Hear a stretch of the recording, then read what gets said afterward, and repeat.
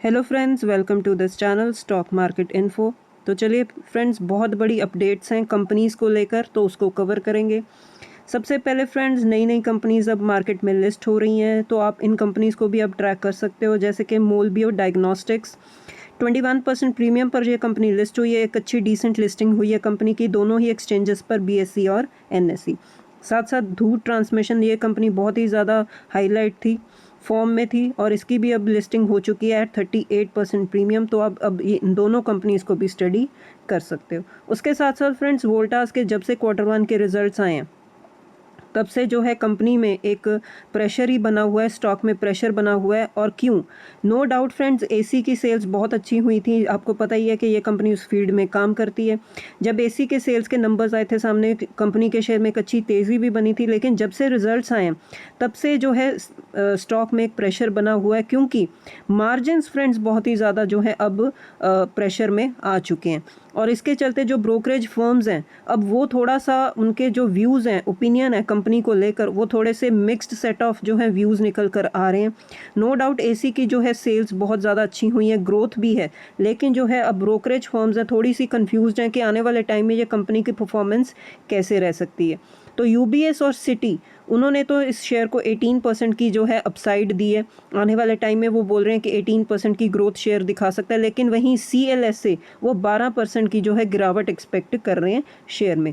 तो अब friends, investor point of view से मैं आपको बता दूं, थोड़ा सा कॉशियस होकर इस शेयर में चलना पड़ेगा, क्योंकि ब्रोकरेज जो फर्म्स हैं वो कंफ्यूज्ड हैं कि आने वाले टाइम में कैसी जो है चाल रह सकती है शेयर में।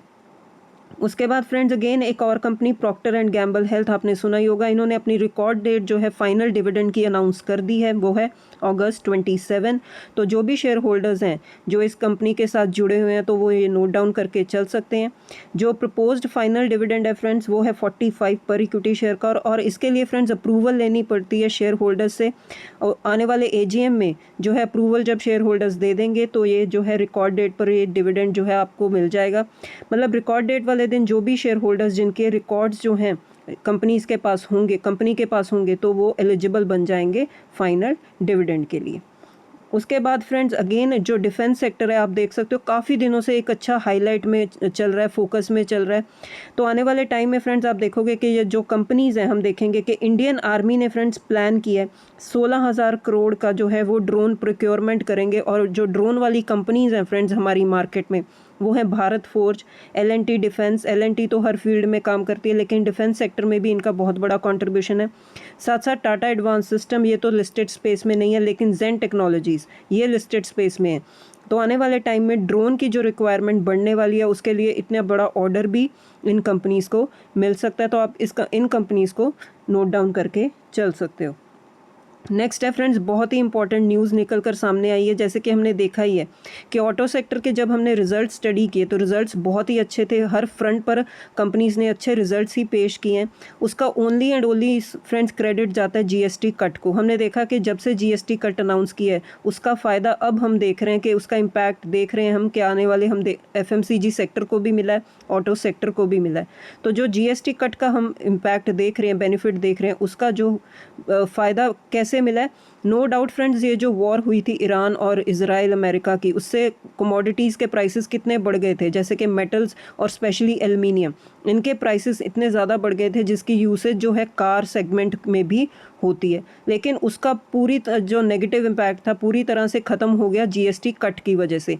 अगर ये GST कट ना होता तो कंपनी ने, मतलब गाड़ियों की कीमत वो बढ़ा देते, प्राइसेस इंक्रीज़ कर देते, उसके साथ क्या होता, डिमांड पर इम्पैक्ट आ जाता। लेकिन GST कट के चलते कंपनीज़ को फ़ायदा मिला, उन्होंने कम से कम जो है प्राइसेस इंक्रीज़ किए, जिसकी वजह से डिमांड जो है इंटैक्ट रही, और रिजल्ट्स भी हमने देखे कि बहुत ही अच्छे रहे। तो GST कट का पूरा फ़ायदा हम देख रहे हैं कि रिजल्ट्स में हमें मिल रहा है, और डिमांड भी पूरी तरह से इंटैक्ट है। उसके बाद फ्रेंड्स, हिंदुस्तान कॉपर आपके फोकस में होगा ही, क्योंकि एक अच्छी तेज़ी बनी। साथ साथ जो केबल एंड वायर जो कंपनीज़ हैं, स्टॉक्स हैं, उनमें भी एक अच्छी तेज़ी बनी, जिनका रॉ मटेरियल है कॉपर। तो क्यों? जो LME है फ्रेंड्स, LME क्या होता है, लंदन मेटल एक्सचेंज, इसमें जो कॉपर के प्राइसेस जो ड्राइव हुए हैं ना, वो हायर साइड पर हुए हैं, रिकॉर्ड हाई टच किया है कॉपर के प्राइसेस ने लंदन मेटल एक्सचेंज में। तो इसके चलते हम देख सकते हैं कि कॉपर की जो है डिमांड बहुत ज़्यादा बढ़ने वाली है, इसीलिए जो है प्राइसेस इंक्रीज़ हुए हैं। तो हिंदुस्तान कॉपर को डायरेक्टली फ़ायदा मिला इसका, और इसके जो शेयर में एक अच्छी तेज़ी बनी। साथ साथ केबल एंड वायर वाले जो स्टॉक्स हैं जैसे कि पॉलीकैब, KEI इंडस्ट्रीज़, RR काबिल, तो इन शेयर्स में भी अच्छी तेज़ी बनी क्योंकि इनका रॉ मटेरियल भी कॉपर ही है। तो आप इसके चलते, इस न्यूज़ के चलते हिंदुस्तान कॉपर को स्टडी कर सकते हो क्योंकि कॉपर की हो सकता है डिमांड बढ़ने वाली है।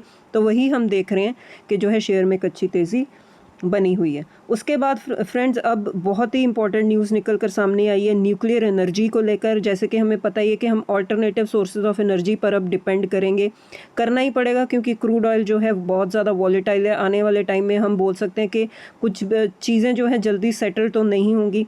तो जैसे कि सोलर एनर्जी, विंड एनर्जी, अब ऐसे न्यूक्लियर एनर्जी पर भी हम फोकस करेंगे। तो हमारी जो गवर्नमेंट है उन्होंने 6 मंथ का टाइमलाइन जो है प्रपोज़ किया फॉर न्यूक्लियर प्रोजेक्ट लाइसेंसेस। तो आने वाले टाइम में जो कंपनीज़ हैं लाइसेंस ले सकती हैं, उसके लिए जो है टाइमलाइन दी गई है ताकि इस टाइम पीरियड में जो कंपनीज़ हैं अपने प्रोजेक्ट को लेकर कुछ डिस्कशंस या प्रेपरेशंस कर सकें। तो इसके लिए आप फ्रेंड्स कौन सी कंपनीज़ को फोकस में रख के चल सकते हो? Reliance, Adani enterprises, Tata power, JSW energy. तो ये सारी कंपनीज़ जो हैं ऑल्टरनेटिव सोर्सेज में काम कर रही हैं, न्यूक्लियर एनर्जी में भी काम कर रही हैं। तो इन कंपनीज़ को जो है लाइसेंस मिल सकता है, आने वाले टाइम में ग्रोथ भी आ सकती है।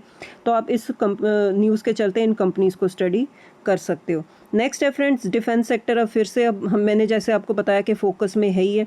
तो डिफेंस मिनिस्ट्री ने फ्रेंड्स 1943 करोड़ का जो है इन्होंने एक पार्टनरशिप या कह लो आप प्रोजेक्ट साइन किया। तो आने वाले टाइम में जो डिफेंस कंपनीज़ हैं उनको आप स्टडी कर सकते हो क्योंकि बहुत ही ज़्यादा जो है ग्रोथ रिक्वायरमेंट पॉसिबल है इस सेगमेंट में, और रिक्वायर्ड भी है फ्रेंड्स। डिफेंस सेक्टर का ग्रो होना बहुत ही ज़्यादा ज़रूरी है। तो आने वाले टाइम में आप सारी की सारी डिफेंस कंपनीज़ को स्टडी कर सकते हो। तो ठीक है फ्रेंड्स, वीडियो में इतना ही। अब मिलते हैं नेक्स्ट वीडियो में। Till then bye bye.